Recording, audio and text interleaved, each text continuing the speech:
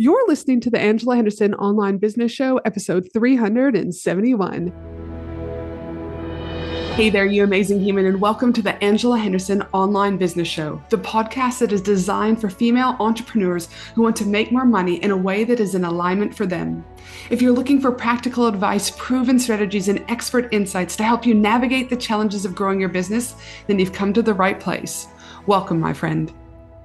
I am your host, Angela Henderson, a proud Canadian living in beautiful Australia, and I'm a business coach, consultant, and strategist who has helped thousands of women around the world build successful businesses. Through solo episodes and interviews with successful business owners, industry experts, and thought leaders, you'll get insider insights into what it takes to succeed in today's digital age. Whether you're struggling to scale your business, looking for ways to boost your productivity, or seeking ways to overcome the challenges of being an entrepreneur, this show has everything you need to succeed and more. So subscribe, pop your headphones on, and get ready to creating the business and life you deserve today by allowing the Angela Henderson Online Business Show help you create a winning strategy, develop the right mindset, and build lasting wealth. Hey, you amazing human, and welcome back to another awesome podcast episode with me, your host, Ange from Angela Henderson Consulting. I hope you are having the most glorious day, no matter where you are in the world. Now, today is going to be an epic episode, as always, where we're looking at exploring how using grants as a growth strategy for small businesses. Now, what I love about grants is that grants can be an incredible resource for small businesses looking to scale without the burden of debt. Grants also offer a unique opportunity to access funds that can fuel innovation, expansion, and development. But I say there's a but here when we start looking at grants. The world of grants can be fucking tricky, and that's where my special guest today comes into play. Kim Yabsley is going to join us today, and she's an absolute weapon, aka expert in helping businesses tap into the vast pool of grant opportunities available. She's going to be sharing on the podcast today insights on why grants are a fantastic growth strategy, the types of grants that you can apply for, mistakes people make when applying for grants, and also the secrets to crafting a successful grant application. So sit back and get ready for another awesome episode specifically around growth strategies for small business owners by using grants. Welcome to the show, Kim. Thanks so much for having me. Great to be here. Oh my goodness, super excited to have you here today. I mean, we were connected by a mutual friend of ours, Jackson, earlier this year. And it's just like every time I get the chance to hang out, I'm like, yes, a little bit more Kim's awesomeness. And I just love your energy. And I'm counting down the days until one day we get to actually meet in person, because it's going to be legendary, my friend. I know, because we're not far from each other. We're not. And so the next time I'm the Goldie, we'll have to make something happen and keep life real, because you're just a gem. And it's so good to have you here today, where we're going to be chatting about using grants as a growth strategy for small business. And I think this is important because as business owners, we're always looking at different ways and how to grow our business. And it's not necessarily easy, especially in the current climate. So I'm so glad that you are here today. Yeah, no worries. Happy to be here. But before we jump straight in, the listeners out there might not know who you are. So in a simple nutshell, can you tell us a little bit about your business and what you get up to on any given day? Yeah, sure. So our business is called Growology, and we're all about helping people to use grants as a growth strategy. And we do this because we stumbled across this as a strategy to help us expand another business of ours a few years back, and it was wildly successful. We were just able to scale kind of off the Richter by combining about 7 grants over 18 months or so. And then, of course, everyone I knew said, what grants and which ones can we use? You know what? I think there's a space to help people with this. Mm-hmm. Yes, absolutely. And it has. And you've helped an enormous amount of businesses throughout Australia in particular. How much on average would you say you help secure on any given year?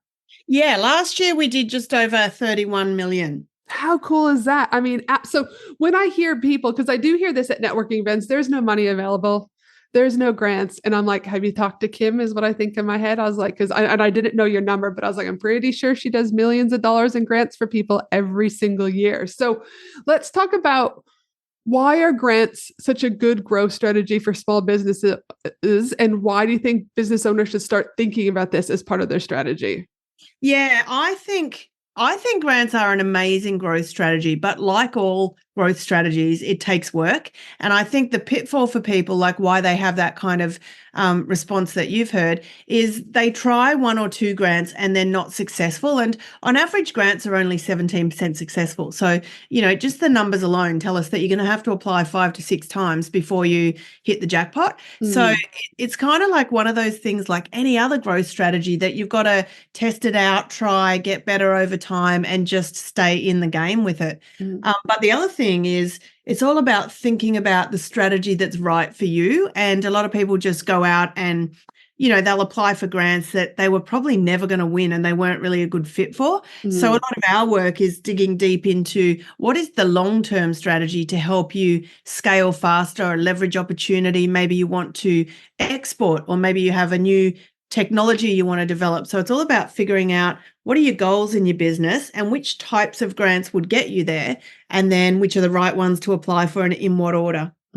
Before we jump into the different types of grants, I do want to rewind, and I do appreciate your honesty about this one particular part of grants, is that they need to be in alignment for you. They need to be tied into your strategy, and they still are work. I mean, I just did a podcast about, people thinking that everything is so fucking easy these days. And it's like, okay, if everything was so easy, all of us would be millionaires. But that isn't the case. I mean, statistically speaking, only a small percentage of the world become millionaires or above.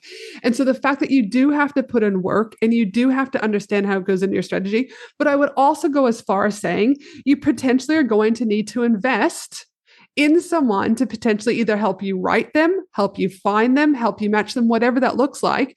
Because often, like you said, it's like the blind leading the blind. When people come to me as a business consultant, it's like they're prepared to invest in things they don't know. And most of us don't have a fucking clue about grants either. So again, you've got to put the hard work in, but you might also need to invest. You might not, but more than likely you might have to. And I think it's important for people to realize it's just not easy as snapping your fingers. Yeah, and sometimes it's money if you want to work with a specialist. Like we have a 50% success rate, so people pay us because they want that certainty. But it might be that you have the time to figure out the maze of grants yourself, but then you'll need to invest time. 100%. So it costs time or money, like everything does.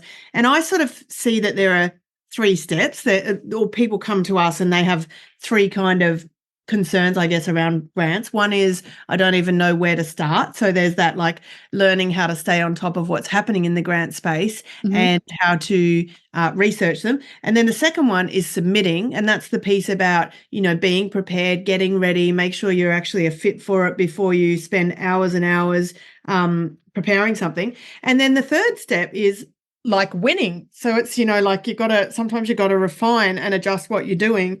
And so that's the kind of stages I see in terms of it being work. It's about how do you find, how do you submit, and how do you win at the game of grants. Yep. But also, again, I like that you talked about time. You're either going to exchange time or you're going to exchange money, right? It just doesn't drop from the sky. And that's where my point is, I think people just think that it should just drop from the sky. I've got a business, I should be able to apply and the money should be there. It doesn't necessarily work like that. But speaking of different types of grants that are available to small businesses, can you share a little bit about, like, how are they categorized or what do they look like?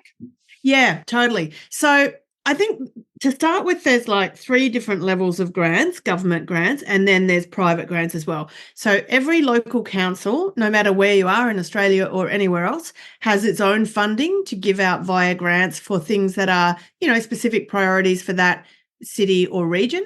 And then every state government has grant funding that'll be more likely around the initiatives will be around the initiatives of the state government. So it's always good to have a look at what are the priorities and what's in the strategy for our state government for the next 5 years, because that's what's going to get funded. So in Queensland, it might be like regional collaboration. In Victoria, it's about growing businesses' digital skills and helping them to export or supporting manufacturing. So it's about understanding your home state and what they're prioritising and then trying to align what you're doing with that. And then at the federal level, we have kind of a range of grants. So we've got stuff that's about tackling a demographic issue or a identified pain point. So this might be supporting women who've been out of the workforce or supporting people to engage apprentices, or it could be something specific like one of the federal government priority sectors. So that could be like mining, aerospace, defence force. So if you're doing anything in those federal priority areas, then you want to be having a look for that. And then, of course, there's also grants by industry. Actually, they're classified both by industry and also by activity. So sometimes, a lot of clients will fall into that grey area where they're not in a specific industry, but they may be doing a specific activity. So there may not be a grant that's about automating your business if you're in a mechanics business, but there may be a grant that's about businesses that have a revenue of 300,000 to 600,000 and want to invest in automation. Mm-hmm. So sometimes it's about the activity you're doing rather than the industry or the business type. Yes. And then right there, again, you've talked about a few things. There's so many different types of grants, right? And that potentially can put people into a state of overwhelm or even a state of panic.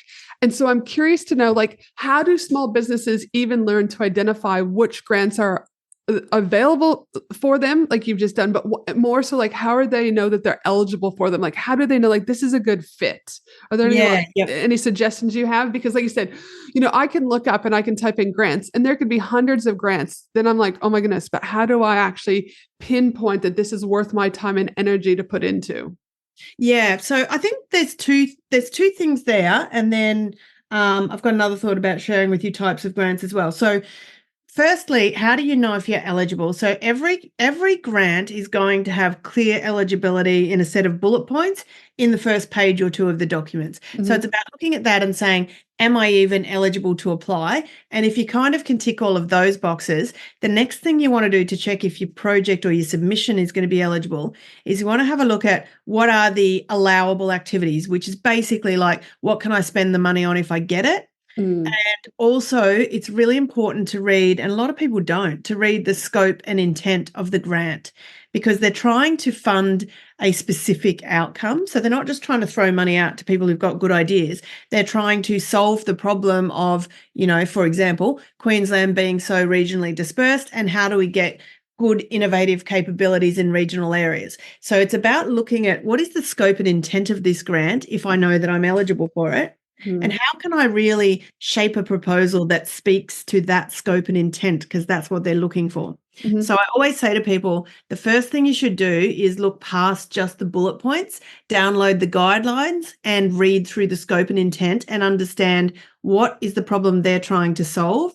Then ask yourself, how does my, business project or solution solve that problem? And what are the things that I would be allowed to spend the money on? And does that work for me? Because I think that's an important point. Sometimes we're just trying to get the money without looking at, what is going to get the money and asking, do I want the money if that's how I have to spend it? Exactly right. And it goes back, I talk often on the podcast about alignment. If you're just going, some people just treat every client as a transaction and eventually they're going to resent that, right? You've got to be in alignment with the people you're working with. And I would say the same thing about grants. You have to be in alignment with the grant that you work with, or it's like going to fail from the beginning. You're not going to want to, you might get the money, but then you're not going to want to execute it in the way that, is required. And then the money sits there and then it's a detriment not only to you, but it could have been to someone, like it could have gone to someone else who would have wanted to do it because it wasn't alignment. So I'm so glad that you brought that up because I think it is imperative to know that you've got to be in alignment. Attention, women in business, get ready to ignite your success and elevate your game. Join me for an exclusive 3-day Women in Business conference from October 31st to November 2nd at the breathtaking Gold Coast, Australia. Designed exclusively for online business owners, service-based business owners, coaches, consultants, and course creators. What to expect at this amazing 3-day Women in Business conference? Expect an immersive experience filled with fun, empowering keynote speakers, interactive workshops, networking opportunities with other successful business owners, gain valuable insights, forge meaningful connections, and leave inspired to take your business to new heights.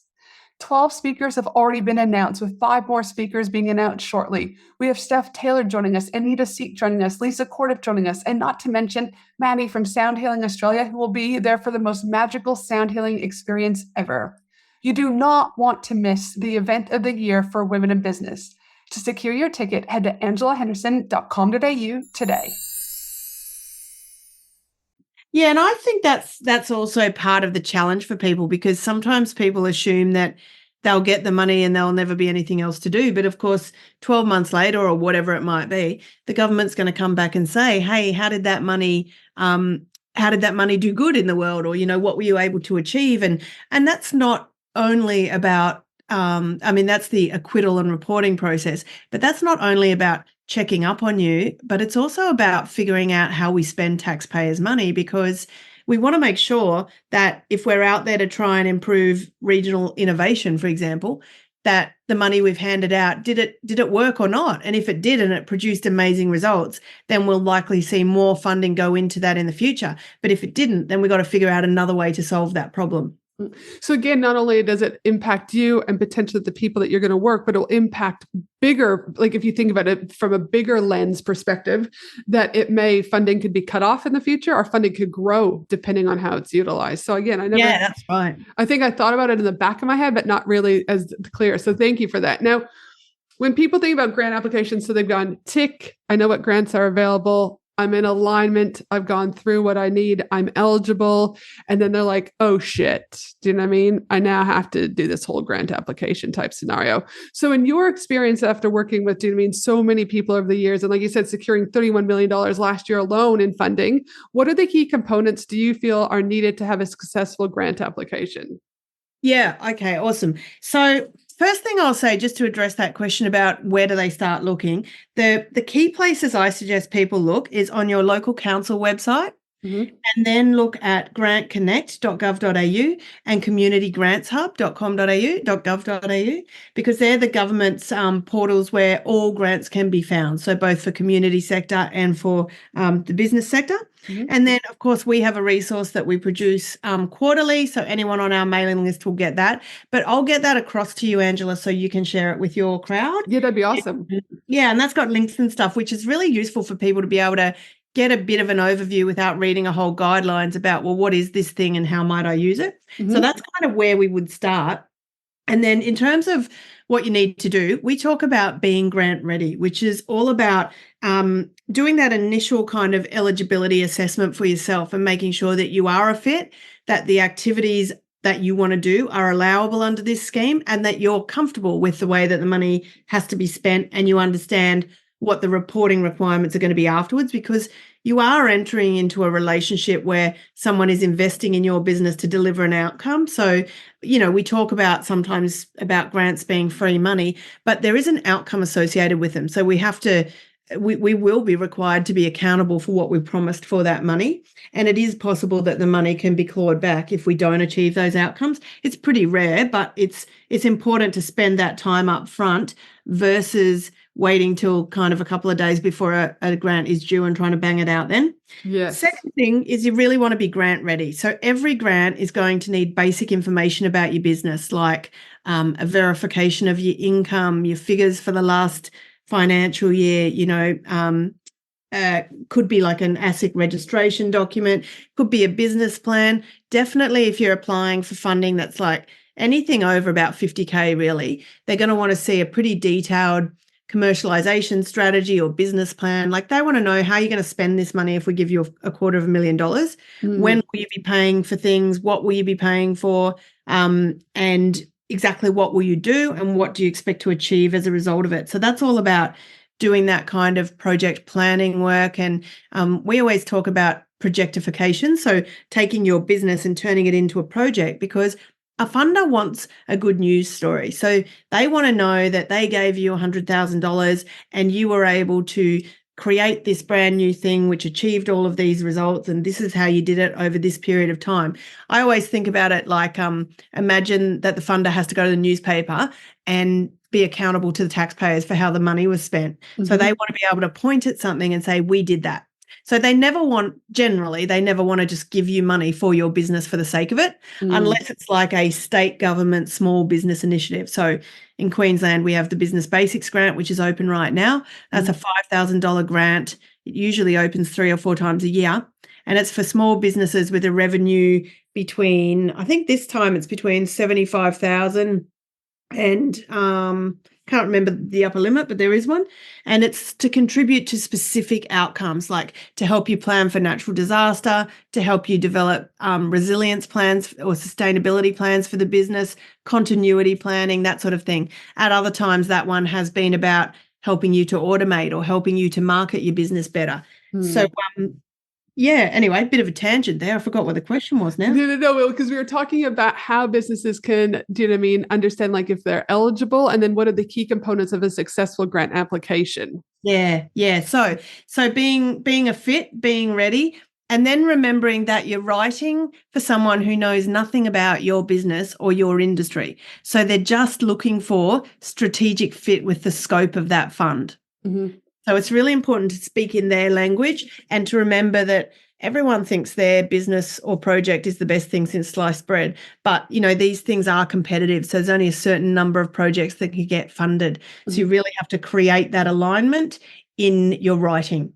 No, great point. And that's the thing, is sometimes we think that we either use our jargon and expect other people to be able to understand that jargon, or we're writing for us when I know when I've applied for grants in the past, it's all about them. Especially sometimes I find people on the other end reading could be driven by ego a little bit. Do you know what I mean? So they do want, do you know what I mean, things to be polished per se. Yes, that's right. Yep. Now, what in your experience are some of the common mistakes you've seen small businesses make when applying for grants?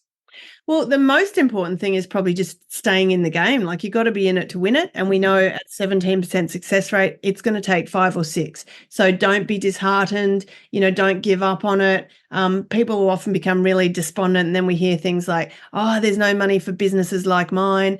And sometimes it's true that there isn't anything right now for what you are prioritizing. But that doesn't mean that there won't be in 6 or 12 months, because most ideas we have, similarly to what the government's doing, most ideas we have do actually address a gap or a genuine need in society or the community. So it's just a matter of staying on top of what grants are coming out and then being ready for it, so that you know exactly how you would pitch for it if the right opportunity comes up for you. So that's number one. Number two pitfall would be, people are often just not prepared. Like, they don't have their finances in order. They can't produce their P&Ls. They don't even know what their revenue is for last year. So if they go to sit down, to enter an application on a time-limited portal, they're not going to have time to go and email the accountant and, all that sort of stuff. So it's like, be ready, know what you're going to have to use to apply. And then the third thing I'd say is, people are often not very flexible. So they're like, I just want you to give me money to do what I want to do. But they don't think about, how can I do what I want to do at the same time as helping you deliver on what's important to you? So that's just about flexibility and being adaptable, so that you can actually get your thing out there faster or bigger, reach more people. But you might have to do it in like a slightly different way than what you had first thought. Mm-hmm. And I like that you word flexible, because business, I think we need to be flexible and we need to be able to adapt accordingly. But I also that you talked about the word readiness. I remember Queensland government released grants, I think it was about 18 to 24 months ago. And they clearly said, because I helped probably about 20 people in that particular grant. And what I mean by help, I had to they wanted to work with me. And I was like, you need to be at your computer when they open at 9 a.m. You need to have, and I think one of the requirements that they had changed is you need to have something signed by a justice of the peace. Like, there had to be a stat deck signed at some stage. You need to make sure that is done. And I said, because when they open those gates, sometimes they will close them because they've been influxed, do you know what I mean, with too many people, and they close it. So I said, if you don't have this ready, don't get mad at them, because it clearly says on the sheet, have this stat deck done. Yeah. And they don't. And then they get shitty. And I'm like, the only person to get shitty with is yourself, because you didn't follow the rules, right? Yeah, that's right. These are the rules. They were very clear. So yes. So no, this has been awesome. And I'm always on this podcast looking at different ways for businesses to be able to grow, to be able to access money, because there's a startup phase, there's the growth stage, there's a scale stage. And each of these comes with different up leveling, but each of them also comes with different what would you say, financial constraints sometimes as you grow. And this is what grants can help you with. So thank you so much for this today. Oh, thanks so much for having me. It's been great. For the listeners who are like, I need a little piece of Kim in our life to be able to explore how I might be able to get better grants, and I want to work with someone that has the knowledge, the expertise, and the run on the boards, where can they find you? Yeah, the best place to find me is just to go to our website, which is www.growology.com.au, and they can just book a free strategy call there, and we can talk about what their priorities and goals are, and have a chat about, have a brainstorm really about whether grants will work for them now or in the future. Absolutely love it. Now, I've got one final question before we wrap up. And just a reminder, I will be putting all of the links and all the recommendations that Kim talked about in our show notes over at angelahenderson.com.au. But my final question to you, my friend, is what do you know now that you wish you knew when you first started out in business?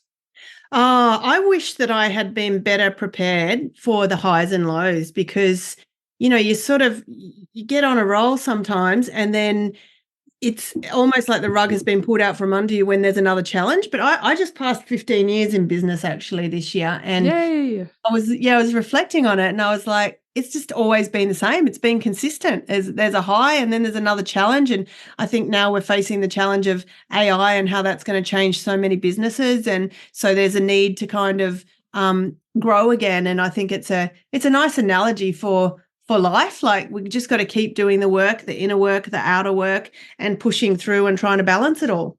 No, dude, absolutely. I like that the highs and lows. There's, as we know, any entrepreneur would know there are the good times and then there are the equally not so good times, Yeah, totally. But I think that's what makes us human. That's what makes us grow collectively. And I personally wouldn't change it for anything. What I would not ever like is I'm no longer employable, I say. So going back to that 9 to 5 where I don't have the flexibility and the freedom, I would much rather have the highs and lows any day than being back at a desk job, my friend.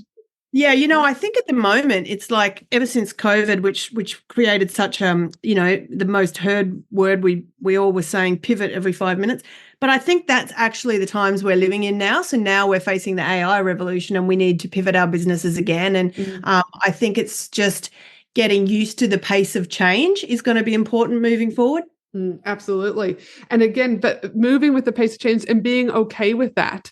I think so often we're trying to control everything. It must work this way. It must go this way. When if you're just like, listen, this is life. This is what I got to do. What do I have to do? Life's going to be much easier. You're not going to be as stressed. The cortisol is not going to be going through your body. Do you know what I mean? As much, do you know what I mean? Revenue up. So no. Well, thank you again. Totally. Thank you again, my friend, for your time, for your wisdom, and just being an awesome human, because I absolutely adore you. So thanks so much. And for those that are listening out there, I hope you have a beautiful day, no matter where you are in the world. And I look forward to you joining me for another awesome episode of the Angela Henderson Online Business Show. Bye for now. Thanks for listening to the Angela Henderson Online Business Show, www.angelahenderson.com.au.